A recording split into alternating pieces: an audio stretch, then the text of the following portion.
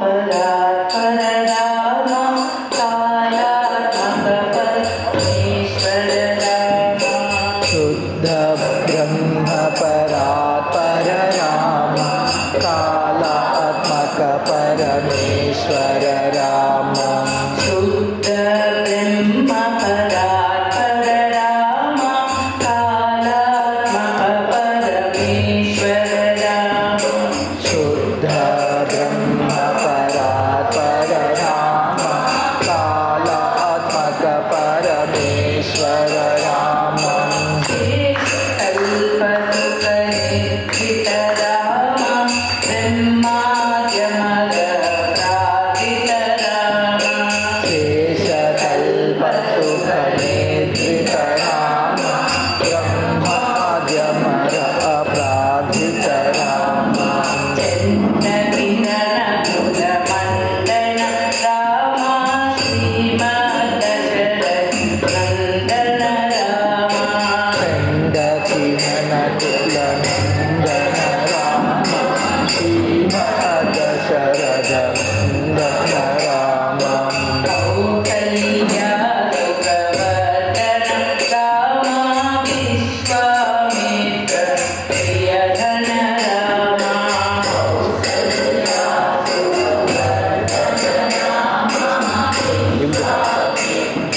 प्रियधन राम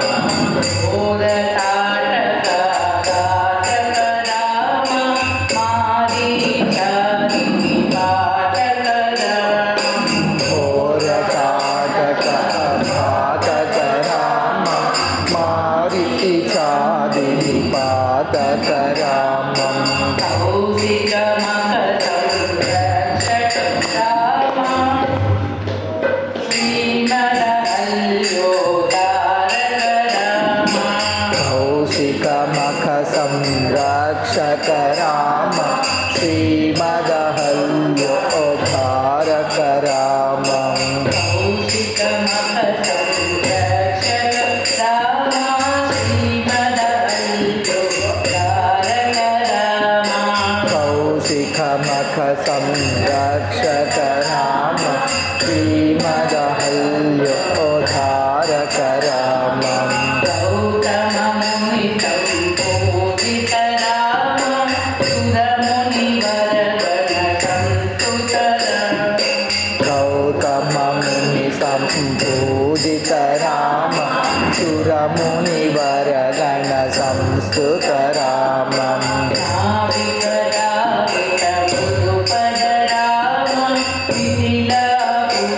मिथिलापुरजनमोहक राम नाविकधाविक मृदुपद राम मिथिलापुरजनमोहक रामं विदेहमानसरञ्जक राम त्र्यम्बककारुकभञ्जक राम विदेहमानसरञ्जक राम त्र्यम्बककार्मुकभञ्जक रामं सीतार्पितवनमालिक राम कृतवैवारुककौतुक राम सीतार्पितनित्यमालिक राम कृतवैवाहिक कौतुक रामं भार्गवदर्पविनाशक राम श्रीमदयोध्यापालक राम भार्गवदर्पविनाशक राम श्रीमदयोध्यापालक रामं राम राघव राम राघव राम राघव रक्ष माम् राम राघव राम राघव राम राघव रक्ष माम् कृष्ण केशव कृष्ण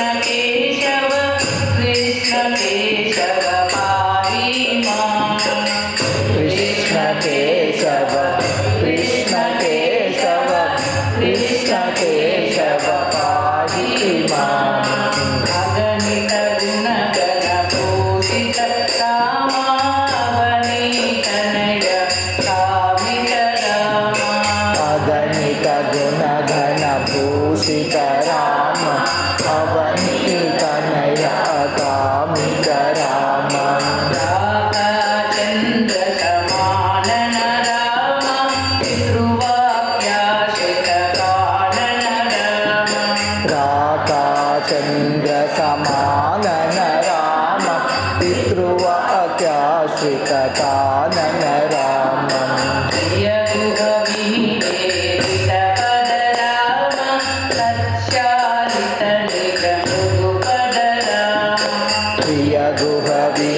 प्रियगुहविनिवेदितपद राम तत्शालितनिज मृदुपद रामम्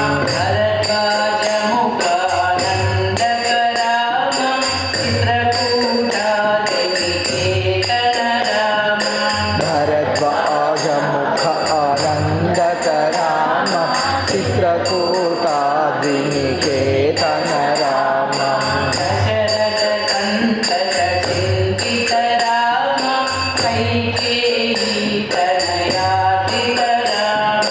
दशरथ सन्तत चिन्तित राम कैकेयी तनयाथित रामम्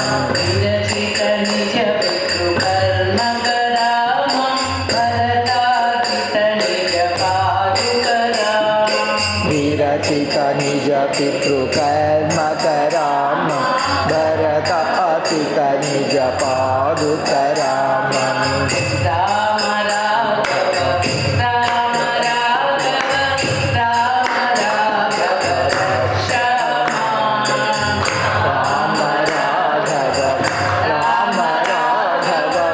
राम राघव रक्ष माम्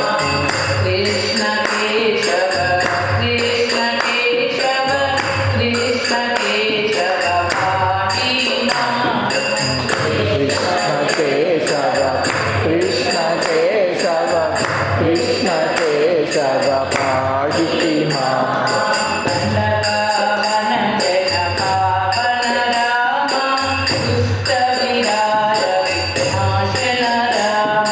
दण्डकावन जन पावन राम दुष्ट विराध विनाशन रामम्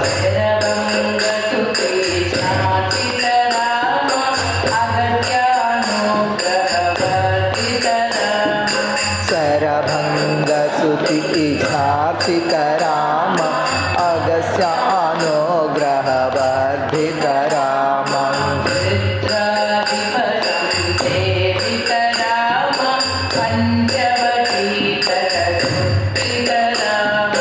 रुद्राधिप संसेवित राम पंचवटी तट सुस्थित रामम्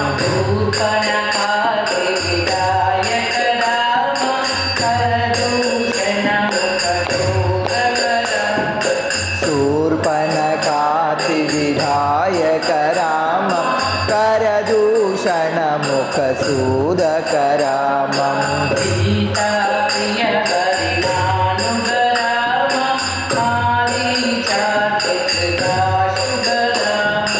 सीता प्रिय हरिनानुग राम मारीचाति कृदासुग रामम्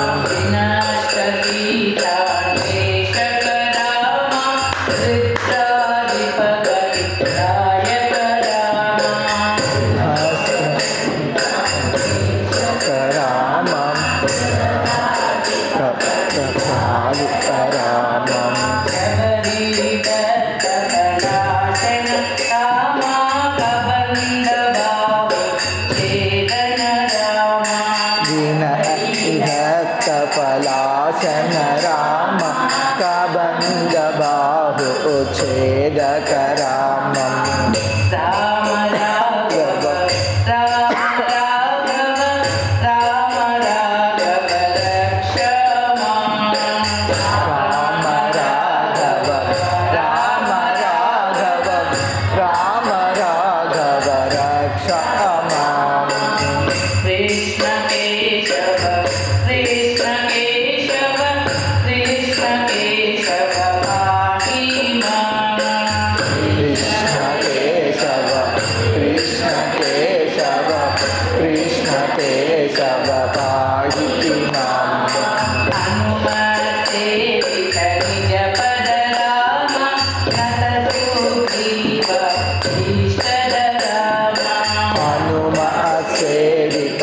जप सादरामि नत सुग्रीवाभीष्टदरामम् सर्वितगालितमालक राम वानरदूत प्रेषक राम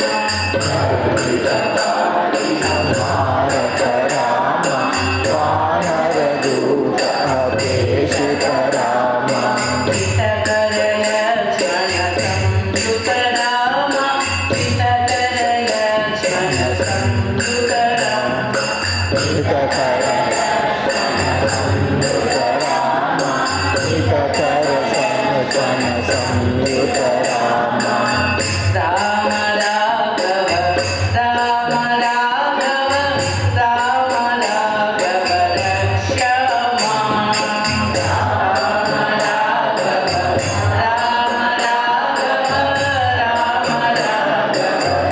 राघव कृष्ण केशव कृष्ण केशव कृष्ण केशव पाहि मां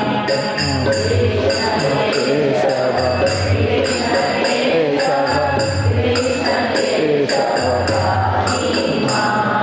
कपिवर संतत संस्कृत राम सद्गति विघ्न संसक राम कपिवर संतत संस्कृत राम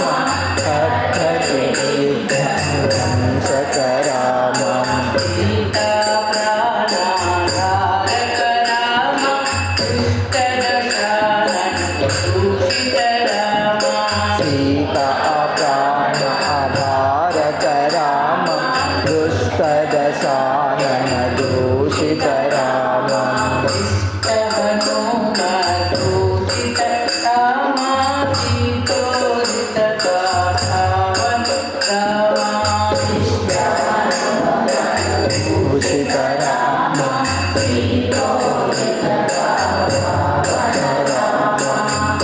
चूड़ामणि दर्शन राम कपिवर वचना स्वादित राम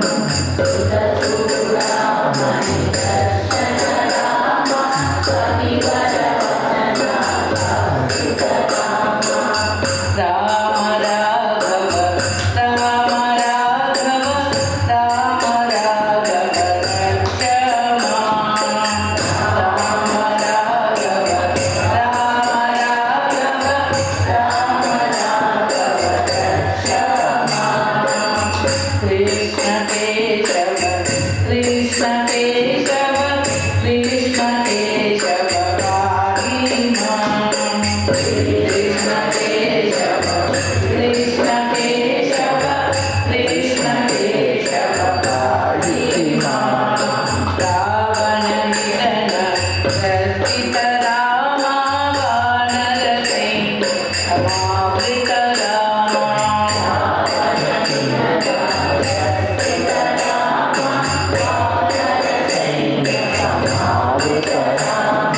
क्रोशित सरिदेशादित राम विभीषणा भयदायक राम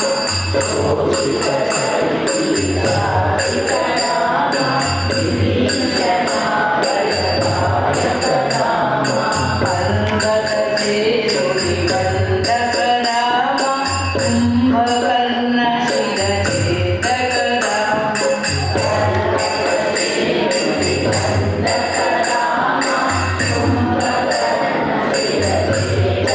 राम राक्षस संग विमर्दक राम हरिमहि रावण चारण राम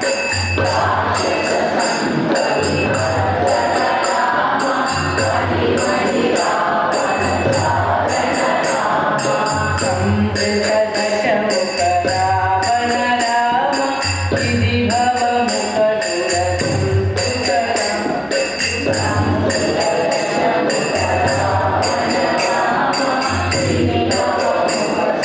कुंतुक राम कर्तित दशरथ वीक्षित राम सीता दर्शन मोहित राम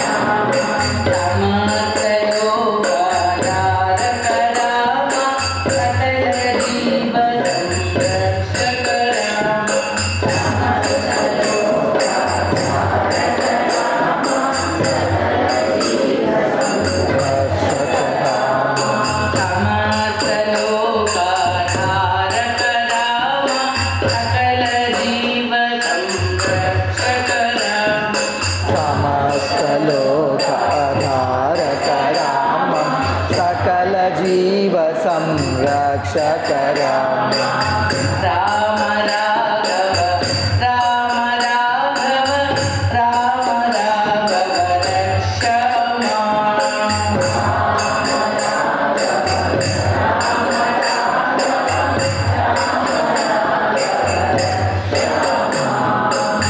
कृष्ण केशव कृष्ण केशव कृष्ण केशव पाहि मां कृष्ण केशव कृष्ण केशव पाहि मां आगत मुनिगण संस्तुत राम विष्णुत दश कंठोद्भव राम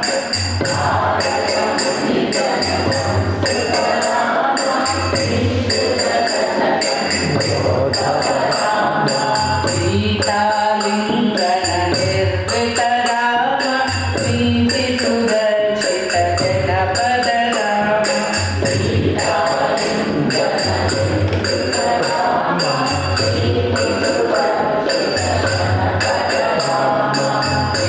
विधिनत्यारित जनक राम कारित लवणासुरवद राम विपिन अचाजित जनक राम कारित लवण असुरवध राम सर्गत शम्भुक संस्तुत राम पतनय कुशल गणन्वित राम स्वर्गक शम्भुक संस्तुत राम तनय कुशल राम अश्वमेध क्रतुदीक्षित राम कालावेदित सुरपद राम अश्वमेध क्रतुदीक्षित राम काल अवेदित सुरपद राम आयोध्यक जनमुक्तिद राम विधिमुख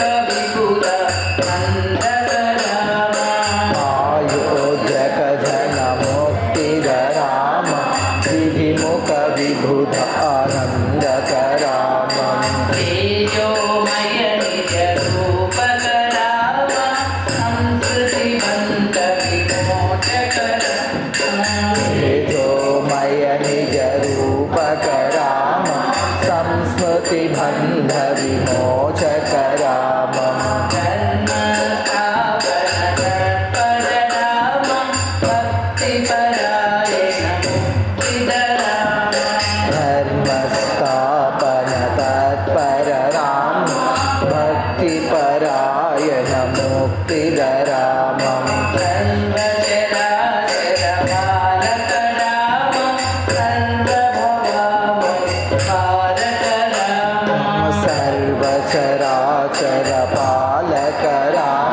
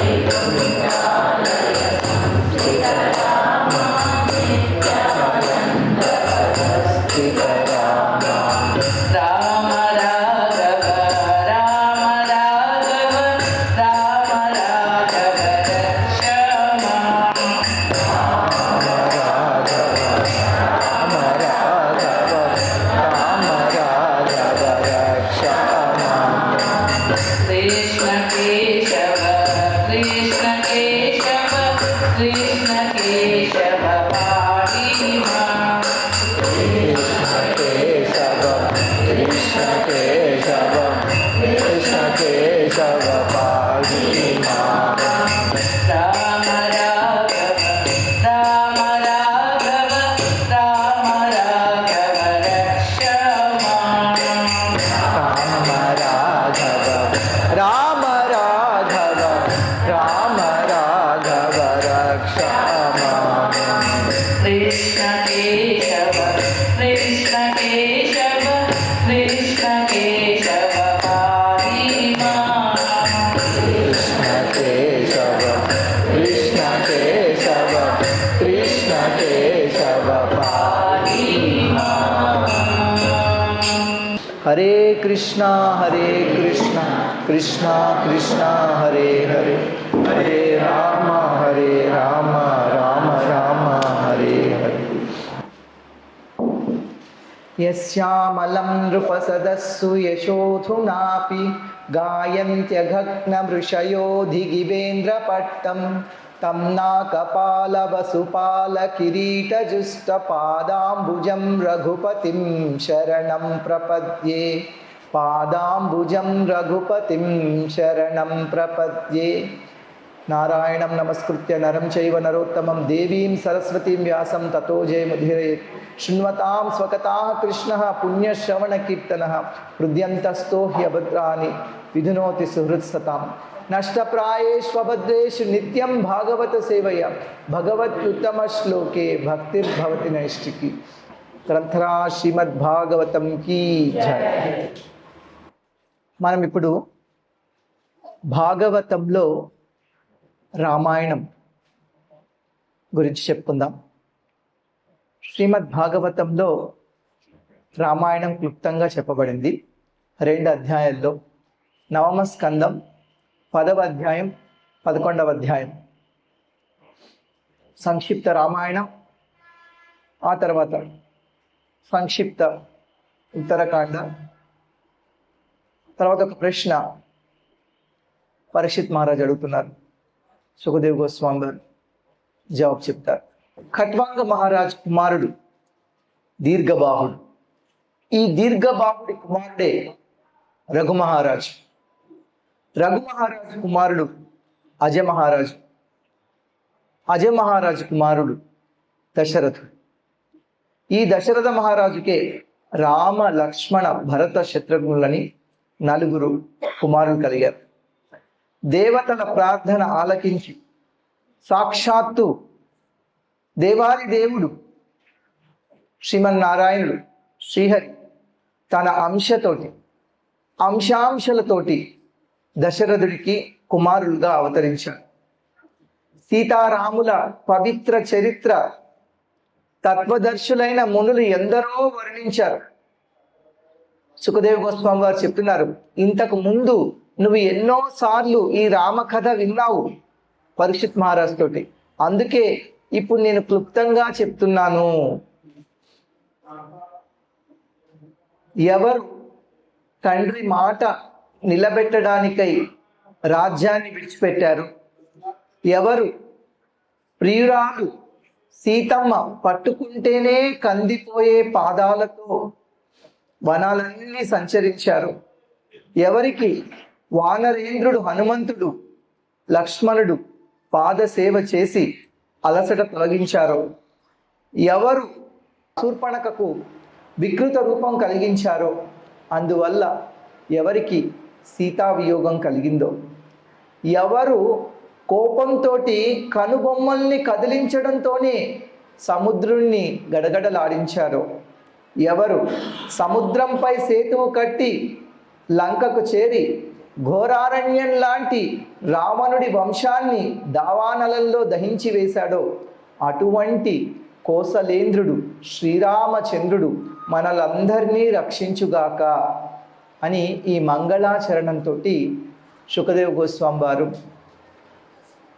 రామాయణం చెప్పడం ఆరంభిస్తున్నారు. ముందుగా బాలకాండ. తమ్ముడు లక్ష్మణుడితో కలిసి విశ్వామిత్రుడి యజ్ఞం రక్షించాడు రాముడు. సుబాహుడు మొదలైన రాక్షస శ్రేష్ఠుల్ని సంహరించాడు. మారీచుణ్ణి చంపినంత పనిచేశాడు. మిథిలాపురంలో జనక మహారాజు కూతురు సీతాదేవి స్వయంవరం జరుగుతోంది. సీతాదేవిని వరించడానికి ప్రపంచం నలుమూలల నుండి విచ్చేసిన వీరాధి వీరులందరూ కూడా శివధనస్సును ఎత్తలేకపోయారు. ఆ శివధనస్సును మొయ్యాలంటే కనీసం 300 మంది బలవంతులు కావాలి. అంతటి శివధనస్సును చిటికలో ఎత్తి పట్టుకున్నాడు శ్రీరామచంద్రుడు. రెప్పపాటులో నారి తొడిగాడు. ఏనుగు ఏ విధంగా అయితే చెరుకు గడను విరిచేస్తుందో అదేవిధంగా ఆ శివధనస్సును క్షణకాలంలో విరిచేశాడు. 2 ముక్కలు చేసి పక్కన పడేశాడు. శ్రీహరి వక్షస్థలమే ఆశ్రయంగా కలిగిన లక్ష్మీదేవి సీతాదేవిగా జనకుడింట అవతరించింది. అందచందాల్లో, గుణగణాల్లో, వయస్సులో, శరీర సౌష్ఠవంలో రామునికి తగిన కన్య సీత, సీతకు తగిన వరుడు రాముడు. ఈ విధంగా శ్రీరామచంద్రుడు ఆ శివధనస్సును విరిచి సీతాదేవిని వివాహం చేసుకున్నాడు. మిథిల నుంచి అయోధ్యకు తిరిగి వస్తుంటే మార్గ మధ్యంలో పరశురాముడు అడ్డు తగిలాడు. 21 సార్లు భూలోకంలో రాజనేవాడు లేకుండా చేశాడు ఆ పరశురాముడు. అంతటి పరశురాముడి యొక్క గర్వాన్ని కూడా రాముడు ఇట్టే అణచేశాడు. అయోధ్యకాండ. తండ్రి మాట సత్యం అనిపించడం కోసం అడవుల పాలయ్యాడు సత్యసంధుడైన శ్రీరామచంద్రుడు. భార్య కైకేయికి వసుడై దశరథుడు శ్రీరామచంద్రుణ్ణి అడవులకు వెళ్ళమంటే రాముడు సత్యం మీరకుండా అలాగే తండ్రి ఆజ్ఞను శిరసావహించాడు. సిరి సంపదలు, రాజ్యభోగాలు, దివ్య భవనాలు, ప్రాణం వంటి స్నేహితులు, చివరకు అంతగా ప్రేమించే తల్లిని వదిలిపెట్టి ఏ ఆసక్తి లేకుండా భార్యతోటి తమ్ముడితోటి కలిసి అడవికి వెళ్ళిపోయాడు. అరణ్యకాండ. రాక్షస రాజైన రావణాసురుడు చెల్లెలు శూర్పణఖ కామవాసనతోటి కళ్ళు కానకుండా ఉండేది. ముక్కు చెవులు కోసేసి ఆమె రూపాన్ని వికృతంగా చేశాడు రాముడు. ఆమె అన్నదమ్ములు కరుడు, దూషణుడు, త్రిశురుడు మొదలైన ఘోర రాక్షసులు 14,000 మంది రాముడి మీద దండెత్తారు. ధనుర్బాణాలు పట్టుకొని అంతమందిని ఒక్కడే సంహరించాడు శ్రీరాముడు. రాముడు ధనస్సు ధరించి ఉండగా ఆయన్ని ఉల్లంఘించడం ఎవ్వరికీ సాధ్యం కాదు. అరణ్యంలో అనుభవించవలసిన కష్టాలు అనుభవిస్తూ ఒక అడవి నుండి మరొక అడవికి తిరిగాడు శ్రీరామచంద్రుడు. రావణాసురుడు సీతామాత అందచందాల గురించి విన్నాడు. ఆమె మీద మనస్సు పెట్టుకున్నాడు. చిత్రమైన బంగారు మాయలేడి రూపంలో మారీచుణ్ణి రాముడి పర్ణశాల దగ్గరికి పంపాడు. మాయాలేడి పర్ణశాల నుండి మెల్లమెల్లగా రాముణ్ణి దూరంగా తీసుకువెళ్ళింది. దక్ష ప్రజాపతిని వీరభద్రుడు చంపేసినట్లు మాయాలేడి రూపంలో ఉన్న మారీచుణ్ణి క్షణకాలంలో చంపేశాడు శ్రీరామచంద్రుడు. రాముడు పర్ణశాల నుంచి దూరంగా వెళ్ళిపోయాక నక్కలా వచ్చి సీతమ్మను అపహరించాడు రావణాసురుడు. ప్రియురాలైన సీత కానరాక తమ్ముడు లక్ష్మణుడితో కలిసి దీనుడిలా అడవిలో తిరిగాడు రాముడు. ఆడదాని మీద ఆసక్తి పెట్టుకుంటే ఇలాంటి గతే పడుతుందని లోకానికి తెలపడం కోసమే అలా బాధపడుతూ మామూలు మనిషిలా తిరిగాడు అతడు. కానీ రాముడు మామూలు మానవుడు కాదు. దేవాది దేవుడు బ్రహ్మ రుద్రాదులు సైత్యం నిత్యం ఆయన పాదపద్మాలు సేవిస్తారు. సీతను వెతుకుతూ జటాయువుని చూశాడు శ్రీరాముడు. రావణుణ్ణి అడ్డుకొని రెక్కలు తెగి కూలిపోయాడు జటాయు. భగవంతుడు శ్రీరామచంద్రుడిని సేవించి కర్మబంధాలన్నీ తెంచుకున్నాడు అతడు. అటువంటి మహాభక్తుడికి స్వయంగా అంత్య సంస్కారం చేశాడు శ్రీరాముడు. అక్కడి నుంచి దక్షిణంగా వెళ్ళి కబంధుణ్ణి సంహరించాడు అతడు. కిష్కింధకాండ. తర్వాత సుగ్రీవుడు మొదలైన వానరులతో స్నేహం చేశాడు, వాలిని సంహరించాడు. సుందరకాండ. వానరుల్ని పంపి సీత జాడ కనుక్కున్నాడు. బ్రహ్మ శివుడు ఎవరి పాదపద్మాలు సేవిస్తారో ఆ శ్రీహరి శ్రీరాముడు లీలా మానుష విగ్రహుడు ఆయన సుగ్రీవుని వానర సేతతోటి సముద్ర తీరం చేరుకున్నాడు. యుద్ధకాండ. లంకను చేరడానికి సముద్రం ఆటంకం అవ్వడంతో నిప్పులు కురిసే తీక్ష్ణ దృష్టితో సముద్రుణ్ణి చూశాడు. పెద్ద పెద్ద మొసళ్ళు మొదలైన జరజరాలతో తల్లడిల్లిపోయింది సముద్రం. భయంతో ఘోషించడం మానుకున్నాడు సముద్రుడు. తన నిజరూపంతో రాముడి ముందు ప్రత్యక్షమయ్యాడు.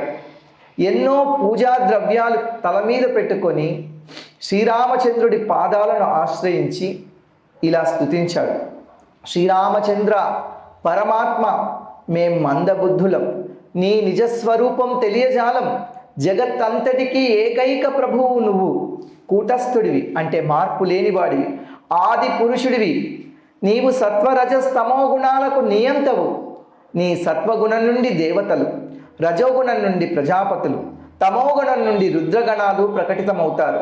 వీరాధి వీరుడా, యథేచ్ఛగా నన్ను దాటి వెళ్ళుం. ముల్లోకాలను ముప్పు తిప్పలు పెట్టే విశ్రవసుని పుత్రుడు రావణాసురుని సంహరించు. నీ అర్ధాంగి సీతమ్మను తీసుకువెళ్ళు. కానీ నాదొక్క ప్రార్థన, నా మీద సేతువు నిర్మించు. నీ కీర్తి ఆకాశం అంటుతుంది. గొప్ప గొప్ప మహారాజులు దిగ్విజయం చేసి ఇక్కడికి వచ్చినప్పుడు రామసేతువుని చూసి నీ కీర్తిని గానం చేస్తారు అని సముద్రుడు ప్రార్థించాడు. ఆ తర్వాత రాముడి ఆజ్ఞతోటి ఎన్నెన్నో కొండ శిఖరాలు వేసి సముద్రం మీద వారధి కట్టారు వానరులు. గొప్ప గొప్ప వానరులు కొండలు పెకిలించి తెస్తూ ఉంటే ఆ కొండల మీద చెట్లు ఊగిపోయాయి. రావణాసురుడి తమ్ముడు విభీషణుడు వచ్చి రాముణ్ణి కలిశాడు, శరణు వేడాడు. అతడి మంత్రాంగం ప్రకారం సుగ్రీవుడు, నీలుడు, హనుమంతుడు మొదలైన వానర వీరులతో లంకలో ప్రవేశించాడు శ్రీరామచంద్రుడు. సీతను వెతకడానికి వెళ్ళి అంతకు ముందే లంకానగరం చూసి రమ్మంటే కాల్చి వచ్చాడు హనుమంతుడు. లంకాపురిని ముట్టడించాడు రావణుడు. సుగ్రీవుడి వానర సేనలు లంకలో విహార స్థలాలు, క్రీడా ప్రదేశాలు, ధాన్యాగారాలు, ధనాగారాలు, తోరణ ద్వారాలు, సభాభవనాలు, మేడలు, మిద్దెలు, పక్షుల గూళ్ళు అన్నీ ఆక్రమించాయి. వేదికలు విరిచేశారు వానరులు. ధ్వజాలు ముక్కలు చేశారు. బంగారు కలశాలు పగలగొట్టారు. కూడళ్ళు పాడు చేశారు. దాంతో ఏనుగులు చొరబడి కుమ్మేసిన నదిలా కనిపించింది లంకానగరం. అది చూసి రావణాసురుడు మండిపడ్డాడు. నికుంభుడు, కుంభుడు, ధూమ్రాక్షుడు, దుర్ముఖుడు, దేవాంతకుడు, నరాంతకుడు, ఇంద్రజిత్తు, ప్రహస్తుడు, అతికాయుడు, వికంపనుడు మొదలైన గొప్ప గొప్ప రాక్షస యోధుల్ని రాముడి మీదికి పంపించాడు. వాళ్ళందరూ మరణించాక కుంభకర్ణుని పంపించాడు. లెక్కాజమా లేని రాక్షస సేన కత్తులు, త్రిశూలాలు, ధనస్సులు, బల్లెములు, కర్రలు, శక్తులు, బాణాలు, ఈటెలు మొదలైన ఆయుధాలు పట్టుకొని వానర సేన మీద విరగబడింది. సుగ్రీవుడు, లక్ష్మణుడు, ఆంజనేయుడు, గంధమాధనుడు, నీలుడు, అంగదుడు, జాంబవంతుడు, పనసుడు మొదలైన వీరులతో కలిసి దుర్భేద్యమైన రాక్షస సేనను ఎదిరించాడు శ్రీరామచంద్రుడు. అంగదుడు మొదలైన వానర సేనాధిపతులు రాక్షసుల చతురంగ సేన మీద విరుచుకుపడ్డారు. రాక్షస వీరులతో ద్వంద్వ యుద్ధం చేశారు. చెట్లు, పర్వత శిఖరాలు, గదలు, బాణాలు పట్టుకొని రాక్షసుల్ని సంహరించారు. సీతమ్మను స్పృశించి సిరి మాసిపోయిన రావణుడి సేన నాశనం కావడంలో ఆశ్చర్యమేముంది? తన సేన మొత్తం నాశనం కావడంతోనే ఎక్కడ లేని కోపము వచ్చింది రావణాసుడికి. పుష్పక విమానం ఎక్కి రాముడితో యుద్ధానికి వచ్చాడతడు. అదే సమయానికి దేవేంద్రుడి సారథి మాతలి దివ్య రథం తీసుకువచ్చాడు రాముడి దగ్గరికి. దాని మీద ఎక్కి ధనుస్సు మోగించాడు రావణుడు. నీచుడా, రావణాసురుని గదమాయిస్తూ అన్నాడు, మేము లేనప్పుడు కుక్కల పర్ణశాలలో ప్రవేశించావు, దొంగతనంగా సీతను ఎత్తుకువచ్చావు. నీ దుర్మార్గానికి అంతం లేకపోయింది. నీలాగా సిగ్గు మాలిన తుచ్చుడు ఎవడుంటాడు? నువ్వు చేసిన పనికి ఇప్పుడు కాలం శిక్షిస్తుంది, నీ కర్మఫలం ఇప్పుడే అనుభవిస్తావు అంటూనే వింటికి బాణం తొడిగాడు. చెవిదాకా లాగి వదిలిపెట్టాడు. పిడుగులాగా వెళ్ళింది ఆ బాణం. రావణాసురుడి గుండెల్ని చీల్చుకుంటూ దూసుకు వెళ్ళింది. 10 నోళ్లలోనూ రక్తం కక్కుకుంటూ విమానం మీద నుండి పడిపోయాడు పుణ్యహీనుడైన దశకంఠుడు రావణుడు. అది చూసి రాక్షసులు హాహాకారాలు చేశారు. వేలాది మంది రాక్షస స్త్రీలు మండోదరితో కూడి ఏడుస్తూ రావణుడి లంకానగర్ నుండి బయటకు వచ్చారు. లక్ష్మణుడి బాణాల వల్ల తెగిపడిన బంధువుల కళేబరాలు చూసి గుండెలు బాదుకుంటూ వారి శవాల మీద పడి విలపించారు. మండోదరి చెప్తోంది, అయ్యో నా సౌభాగ్యం మాసిపోయింది, లోకాలన్నీ ఏడిపించిన రావణ, నీ వల్ల మేమందరం చంపబడ్డాం. ప్రాణేశ్వర, మమ్మల్ని వదిలేసి వెళ్ళిపోయావా? నువ్వు లేని లంకానగరం శత్రువులచే పీడించబడుతుంది. దీనికి ఇంక దిక్కెవరు? ఓ భాగ్యవంతుడా, కామాంధుడివై ఎంత తప్పు చేశావు. సీతమ్మ పాతివ్రత్యాన్ని కానలేకపోయావు. చివరికి ఇటువంటి దుర్దశ పొందావు. రాక్షస కులదీపిక మాతో పాటు లంక కూడా ముండమోసింది. మేమంతా మా సౌభాగ్యం కోల్పోయాం. ప్రభు, దివ్య భోగాలనుభవించిన నీ దేహం రాబందులకు ఆహారం కాదు కదా, నీ ఆత్మ నరక యాతనను అనుభవించదు కదా నాథ అంటూ వెక్కి వెక్కి ఏడ్చింది మండోదరి. సుఖమహర్షి ఇలా కొనసాగిస్తున్నారు. రాముడి ఆదేశం ప్రకారం అన్న రావణాసుడి అంత్యక్రియలు నిర్వహించాడు విభీషణుడు. విధిపూర్వకంగా బంధువులకు కూడా అంత్య సంస్కారం చేశాడు. అశోకవనానికి వెళ్ళాడు రాముడు. భర్తృవియోగంతో చిక్కి సగమైన సీతాదేవిని అశోక వృక్షం కింద చూశాడు. తన ప్రియసతి దీనావస్థ చూసి చెలించిపోయాడు రాఘవుడు. శ్రీరామచంద్రుడి మొహం చూసి పద్మం వికసించినట్లు కలకలలాడింది సీతమ్మ. లంకాపట్నం విభీషణుడికి పట్టం కట్టాడు రాముడు. కల్పాంతం వరకు అతడికి ఆయు ప్రసాదించాడు. రాక్షస గణాలందరికీ అతన్ని నాయకుడిని చేశాడు. 14 ఏళ్ల రామ వనవాసం పూర్తయింది.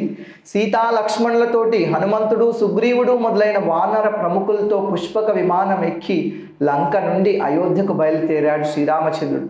దారంతా దేవేంద్రాది దిక్పాలకులు, బ్రహ్మాది దేవతలు పుష్పవర్షం కురిపించారు. శ్రీరామచంద్రుడి కీర్తిగానం చేశారు. అందరితో పాటు ఆనందంగా అయోధ్య నగరంలో ప్రవేశించాడు రాముడు. అన్న రాముడు అడవి నుండి వచ్చేదాకా గోమూత్రంలో యవాన్నం ఉడికించి భోజనం చేస్తున్నాడు భరతుడు. జడలు ధరించి నారబట్టలు కట్టుకుంటున్నాడు. నేల మీదే నిద్రపోతున్నాడు. ఇదంతా విని ఎంతో దుఃఖించాడు కరుణామయుడైన రాముడు. రాముడు వచ్చిన వార్త విన్నాడు భరతుడు. రాముడి పాదకులు శిరస్సు మీద పట్టుకొని పౌరులతో, మంత్రులతో, పురోహితులతో, గీత వాయిద్యాలతో నంది గ్రామం నుండి రాముడికి ఎదురు వెళ్ళాడు. బ్రహ్మవాదులు గొంతెత్తి వేదాలు చదివారు. బంగారు పతాకాలతో, చిత్ర విచిత్రమైన ధ్వజాలతో ముస్తాబు చేసిన మంచి మంచి గుర్రాలతో, బంగారు పైకప్పులు కల రథాలతో, బంగారు ఆభరణాలు ధరించిన సైనికులతో విశాలమైన చతురంగ సేన భరతుడి వెంట నడిచింది. శిల్పులు, వర్తకులు, వారాంగనలు, పాదచారులైన సేవకులు వెంట వెళ్ళారు. మహారాజోచితమైన ఛత్ర చామరాలు, రత్నరాసులు పట్టుకొని ప్రేమ నిండిన హృదయంతో అన్నగారి పాదాల మీద వాలాడు భరతుడు. అతడి 2 నేత్రాలతోటి ప్రేమ భాష్పాలు ధారలు కట్టాయి. పాదుకలు అన్నగారి పాదాల ముందు పెట్టి కన్నీళ్లతో దోసిలి ఒగ్గి నమస్కరించాడు భరతుడు. శ్రీరాముడు భరతుని 2 చేతులతో చాలాసేపు కౌగిలించుకొని కన్నీళ్లతో అభిషేకించాడు. ప్రజలు శ్రీరామచంద్రుడికి పాదాభినందనం చేశారు. సీతారామ లక్ష్మణులు కులవృద్ధులకి, పూజనీయులకు నమస్కారం చేశారు. ఎంతో కాలానికి శ్రీరాముని దర్శించిన ఉత్తర కోసల ప్రజల ఆనందానికి అవధి లేకపోయింది. రాముణ్ణి చూసిన ఆనందంతో పువ్వులు చల్లుతూ, ఉత్తరీయాలు ఎగరేస్తూ, నాట్యం చేస్తూ ఉత్సవం జరుపుకున్నారు. భరతుడు పాదుకలు పట్టుకున్నాడు. సుగ్రీవుడు, విభీషణుడు వింజామరలు పట్టుకున్నారు. వాయునందనుడు హనుమంతుడు ముత్యాల తెల్లగొడుగు పట్టాడు. శత్రుఘ్నుడు ధనస్సు, తూణీరము పట్టుకున్నాడు. సీత తీర్థజలంతో నిండిన కమండలం పట్టుకుంది. అంగదుడు కత్తి పట్టుకున్నాడు. జాంబవంతుడు బంగారు డాలు పట్టుకున్నాడు. పుణ్యశ్రీలు మంగళధ్వని చేశారు. వంది మాగధులు స్తోత్ర పాఠాలు చేశారు. గ్రహాలతో కూడి అప్పుడే ఉదయించిన చంద్రుడిలా పుష్పకం మీద ప్రకాశించాడు ఇనకులోత్తముడు శ్రీరామచంద్రుడు. తమ్ముల వందనాదికాలు అందుకొని మహావైభవంతో అయోధ్యాపట్నం ప్రవేశించారు శ్రీరాముడు. పురవీధుల్లో నుంచి అతడు వెళ్తూ ఉంటే నగరం యావత్తు ఆనందోత్సవంలో మైమర్చిపోయింది. రాజభవనంలో ప్రవేశించాడు రాముడు. తల్లి కౌసల్యాదేవికి మిగతా తల్లులకి పాదాభివందనం చేశాడు. గురుజనులందరికీ వందనాలు చేశాడు. అందరూ చేసిన సన్మానం స్వీకరించాడు. సీతా లక్ష్మణులు కూడా యథాయోగ్యంగా రాజప్రాసాదంలో ప్రవేశించి అందరినీ కలుసుకున్నారు. కుమారుల్ని చూసి ప్రాణం లేచి వచ్చింది తల్లులకు. అంతా ఇంత కాదు వాళ్ళ సంతోషం. కుమారులను ఒళ్ళో చేర్చుకొని ఆనంద బాష్పాలతో అభిషేకం చేశారు వాళ్ళు. ఇంతకాలము అనుభవించిన అంత దుఃఖము మర్చిపోయారు. విధి ప్రకారం రామలక్ష్మణుల జడలు తీయించాడు కులగురువు వశిష్ఠముని. 4 సముద్రాల నీళ్లు తెప్పించాడు. బృహస్పతి దేవేంద్రుణ్ణి అభిషేకించినట్లు శ్రీరామచంద్రమూర్తిని కుల పెద్దలతో కూడి అభిషేకించాడు. సీతారాములు స్నానాధికాలు ముగించుకున్నారు.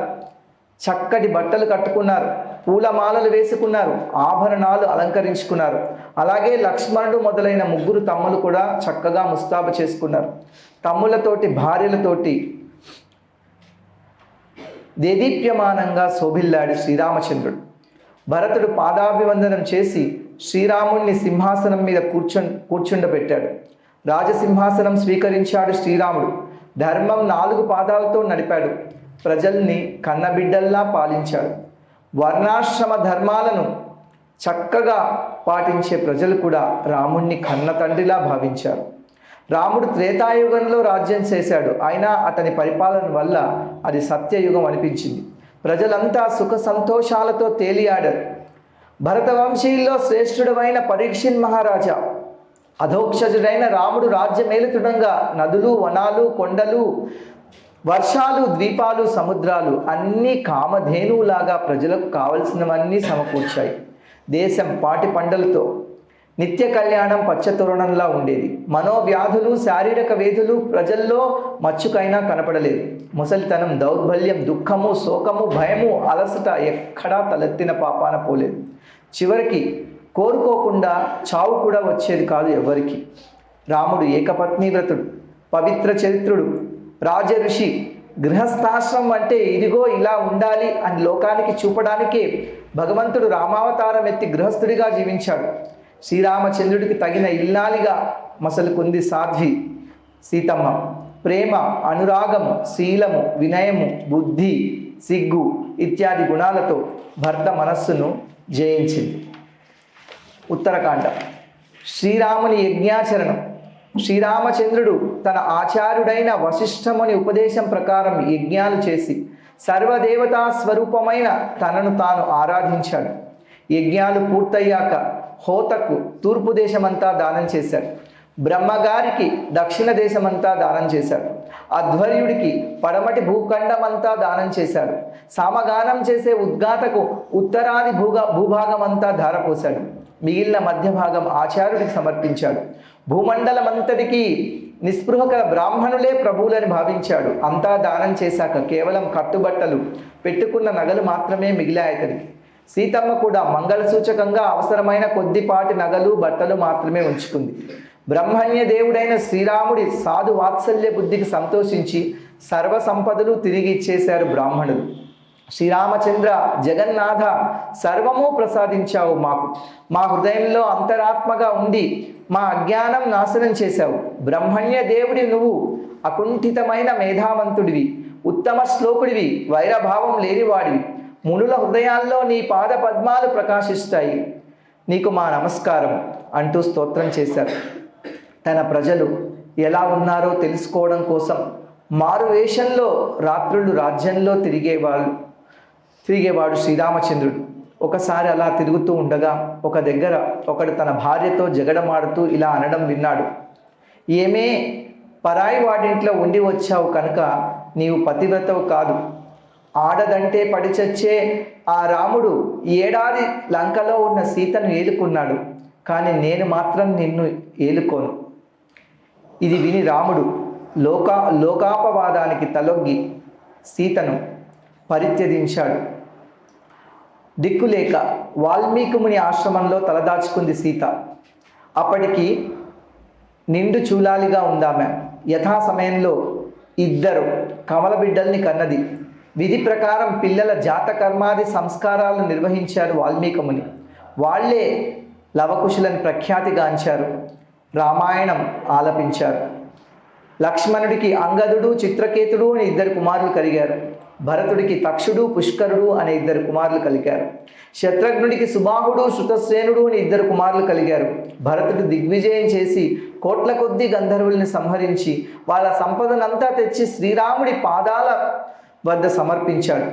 శత్రుఘ్నుడు మధుదైత్యుడు కుమారుడు లవణాసురుణ్ణి సంహరించి మధువనంలో మథురాపురం అనే ప్రసిద్ధిగాంచిన నగరాన్ని నిర్మించాడు. భర్త అయిన శ్రీరామచంద్రునితో పరిత్యజించబడిన సీతమ్మ వాల్మీకి ఆశ్రమంలో ఉండి కుమారులిద్దరినీ వాల్మీకి మహర్షికి అప్పచెప్పి శ్రీరాముని పాదపద్మాలు ధ్యానిస్తూ భూమిలోకి ప్రవేశించింది. ఈ వార్త విన్నాడు శ్రీరామచంద్రుడు. సీత గుణగణాలు తలుచుకుంటూ ఎంతో దుఃఖించాడు. సమర్థుడై కూడా దుఃఖం ఆపుకోలేకపోయాడు. స్త్రీ పురుషుల సంబంధం దుఃఖహేతువైంది. మహనీయులకే అది దుఃఖదాయకమైనప్పుడు ఇక సామాన్యుల సంగతి చెప్పేదేముంది. అప్పటి నుంచి బ్రహ్మచర్యమే అవలంబించాడు శ్రీరాముడు. అఖండమైన అగ్నిహోత్రం చేస్తూ 13,000 సంవత్సరాలు రాజ్యం పరిపాలించాడు. దండకారణ్యంలో ముళ్ళు గుచ్చుకున్న తన చిగుళ్ళ వంటి పాద పద్మాలు తనను స్మరించే భక్తుల హృదయాల్లో నిలిపి తిరిగి బ్రహ్మజ్యోతిర్మయమైన అయోధ్య వైకుంఠానికి వెళ్ళిపోయాడు. దేవతల ప్రార్థన మన్నించి భూమి మీద అవతరించిన దేవాది దేవుడే శ్రీరామచంద్రుడు. షడైశ్వర్య సంపూర్ణుడు భగవంతుడు శ్రీహరి అతడే. అతడి కంటే గొప్పవాడు కానీ అతడితో సమానులైన వాళ్ళు కానీ ముల్లోకాల్లో మరొకరు లేరు. శ్రీరాముడు రావణాది రాక్షసుల్ని సంహరించడం కానీ సముద్రం మీద సేతువు కట్టడం కానీ ఒక గొప్ప విషయం కానే కాదు. శత్రువుల్ని సంహరించడం కోసం వానరుల్ని వెంటబెట్టుకెళ్ళవలసిన అవసరం రాముడికి లేదు. ఇదంతా ఆయన లీలయే అని చెప్తున్నారు సుఖదేవ గోస్వామి వారు. శ్రీరాముడి నిర్మల కీర్తి సర్వ పాపాలు నాశనం చేస్తుంది. దిగంతాలకు వ్యాపించి దిగ్గజాలకు ఆభరణమైంది. ఇప్పటికి కూడా గొప్ప గొప్ప మునుల సభల్లో అతడి కీర్తి గానం చేస్తారు. స్వర్గంలో దేవతలు, భూలోకంలో రాజులు రత్న కిరీటాలు ధరించిన తమ శిరస్సులు వంచి శ్రీరామచంద్రుడికి పాదాభివందనం చేస్తారు. ఆ రఘుపతి పాద పద్మాలు శరణు వేడుతున్నాను. రాముడి దర్శనం కోసం, రాముడి దర్శనం చేసుకునే వాళ్ళు, అతన్ని స్పృశించిన వాళ్ళు, అతని సాంగత్యం స్వీకరించిన వాళ్ళు, అతన్ని అనుసరించిన వాళ్ళు, అయోధ్యవాసులందరూ మహాయోగులు యోగ సాధనతో చేరుకునే దివ్య సాకేతం చేరుకున్నారు. రామకథ చెవులారా వింటే హృదయం ధవిస్తుంది, భక్తిభావం కలుగుతుంది, ఈర్ష్య అసూయలు తొలగిపోతాయి, కర్మబంధాలన్నీ విడిపోతాయి. ఇదంతా విన్న పరీక్షిత్ మహారాజు ఒక ప్రశ్న అడిగారు. శ్రీరాముడు తన అంశలే అయిన తమ్ముల పట్ల ఎలా ప్రవర్తించారు? భరతుడు మొదలైన తమ్ములు, ప్రజలు, అయోధ్యావాసులు రాముడితో ఎలా వ్యవహరించేవాళ్ళు? సుఖమహర్షి ఇలా జవాబు చెప్తున్నారు. త్రిభువనేశ్వరుడైన శ్రీరాముడు రాజయ్యాక తన తమ్ముళ్లను దిక్కులన్నీ జయించమన్నాడు. పురజనులకు తన తమ్ముళ్లతో కలిసి స్వయంగా దర్శనమిచ్చేవాడు. ప్రజలందరికీ తనను కలిసే అవకాశం ఇచ్చేవాడు. అయోధ్యానగరం వీధులన్నీ పరిమళ ద్రవ్యాల కల్లాపులతోటి, మదపు టేనుగుల మదధారలతో గుబాళిస్తూ ఉండేవి. తమ రాజైన రాముణ్ణి చూసుకొని మురిసిపోతోంది అయోధ్య పట్టణం. మేడలు, గోపురాలు, సభా మందిరాలు, చైతన్య గృహాలు, దేవాలయాలు బంగారు కళాశాలతో పతాకాలతో అలంకరించి ఉండేవి. ద్వారాల్లో గెలలతో పోక చెట్లు, అరటి చెట్లు పెట్టేవాళ్ళు ప్రజలు. అందమైన వస్త్రాలు వాటితో ముస్తాబు చేసి ఉండేవాళ్ళు. అద్దాలు, వస్త్రాలు, పూలదండలు మొదలైన వాటితో అక్కడక్కడ మంగళ తోరణాలు కట్టి ఉండేవి. పౌరులు శ్రీరాముడి దర్శనానికి వచ్చినప్పుడల్లా కానుకలు పట్టుకొచ్చేవాళ్ళు. అతడి శుభం కోరేవాళ్ళు. దేవా, వెనుక ఈ భూమండలం నువ్వే ఉద్ధరించావు, ఇప్పుడు దీన్ని నువ్వే పరిపాలించు అని ప్రార్థించేవాళ్ళు. రాముడు వచ్చాడని వినడంతోనే పురజనులు, స్త్రీ పురుషులు 50 మంది ఎక్కడి పనులు అక్కడ వదిలేసి పరిగెత్తుకు వచ్చేవాళ్ళు. అతడి మీద పూల వర్షాన్ని కురిపించేవాళ్ళు. పురజనులకు దర్శనమిచ్చి రాజమందిరానికి తిరిగి వచ్చేవాడు రాముడు. తన పూర్వీకులు కట్టిన దివ్య మందిరం రాముడి రాజమందిరం. అతడి ధాన్యాగారాలకు తరుగుండేది కాదు. భవనాలన్నీ నిత్యం ధన కనక వస్తు వాహనాలతో నిండి ఉండేవి. భవన ద్వారాలు పచ్చలు పొదిగి దగదగలాడేవి. వైడూర్య మణుల స్తంభాలు, మరకత మణుల మెట్లు, స్ఫటిక మణుల గోడలు మెరుస్తూ ఉండేవి. రంగురంగుల పూలమాలలు, రకరకాల జెండాలు, శుద్ధ చైతన్యం లాంటి తెల్లటి ముత్యాల దండలు, రత్నరాసులు, సుగంధ ధూపాలు, పరిమళ దీపాలు. భూలోక వైకుంఠమే శ్రీరామచంద్రుడి భవనం. దేవతా స్త్రీల వంటి స్త్రీలు ఆ భవనం అలంకరించడం కోసం ఎప్పుడూ సిద్ధంగా ఉండేవాడు. జితేంద్రియుడు శ్రీరామచంద్రుడు, ఆత్మారాములకు రాముడు, ఆత్మారాముల్లో అగ్రగణ్యుడు. తన దివ్య భవనంలో తన ప్రియురాలు సీతాదేవితో విహరించేవాడతడు. స్త్రీలు పురుషులు యావన్మంది చిగుళ్ళ వంటి శ్రీరాముడి పాద పద్మాలు సేవిస్తారు, ధ్యానిస్తారు. సాక్షాత్తు భగవంతుడే శ్రీరామచంద్రుడు ధర్మం తప్పకుండా రాజ్యం పరిపాలించి కాలానుగుణంగా భోగభాగ్యాలు అనుభవించాడు అతడు. హరే కృష్ణ. ఇవి ఈ భాగవతంలో రామాయణం అందులో చెప్పుకున్న 2 అధ్యాయాలు క్లుప్తంగా మనం చదువుకున్నాం వచనం రూపంలో. ఇప్పుడు రామాయణంలో భరతుడు చెప్తున్నాడు, ఎప్పుడైతే రాముడు అయోధ్యకి తిరిగి వచ్చాడో అప్పుడు భరతుడు చెప్తున్నాడు అనమాట, ఈరోజు నా జన్మ సార్థకమైంది, నా తపస్సు ఫలించింది. అయోధ్య తన ప్రభువుని మళ్ళీ తీసుకొచ్చుకుంది. శ్రీరామచంద్రుడు తిరిగి వచ్చాడు. ఇదే నా జీవితం యొక్క పరమార్థం, రాముణ్ణి అయోధ్యకు తిరిగి తీసుకురావడం అని భరతుడు చెప్తున్నాడు. అప్పుడు ఒకటి చెప్పాడనమాట, ఇంకొక జోస్యం, ప్రెడిక్షన్ ఏమిటంటే, మొత్తం ప్రపంచమంతా చూసే విధంగా, ప్రపంచమంతా చూస్తూ ఉండగా మిట్ట మధ్యాహ్నం అభిజిత్ లగ్నంలో రాముడు అభిషేకం, రాముడి యొక్క అభిషేకం, పట్టాభిషేకం అందరూ చూడాలి అని భరతుడు కోరుకున్నాడు. అప్పుడు చాలామంది చూశారు, ఆకాశంలోంచి దేవతలు కూడా చూశారు. కానీ మనందరికి కూడా అటువంటి అద్భుతమైన అవకాశం మన జీవితంలో కలిగింది. రాముడు అయోధ్యకు తిరిగి వచ్చాడు, కానీ మళ్ళీ అయోధ్యలో కనిపించకుండా వెళ్ళాడు. మళ్ళీ ఇన్ని వందల సంవత్సరాల తర్వాత ఎంతోమంది రామ భక్తుల యొక్క కృషితోటి మళ్ళీ అయోధ్యకు రాముడు తిరిగి వచ్చాడు.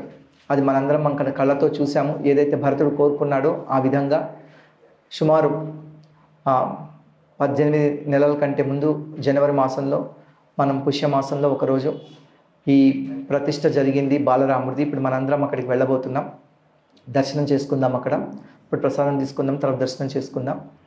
ఇది మనకు మన జీవితంలో ఒక మహత్తరమైనది. ఈ అయోధ్యలో చాలామంది కూడా ఎప్పుడైతే రాముడి మందిరం కూలగొట్టబడిందో అప్పటి నుంచి సూర్యవంశీయులైన రాజులు ఇప్పటికి కూడా ఉన్నారు, వాళ్ళ వంశస్థులంతా.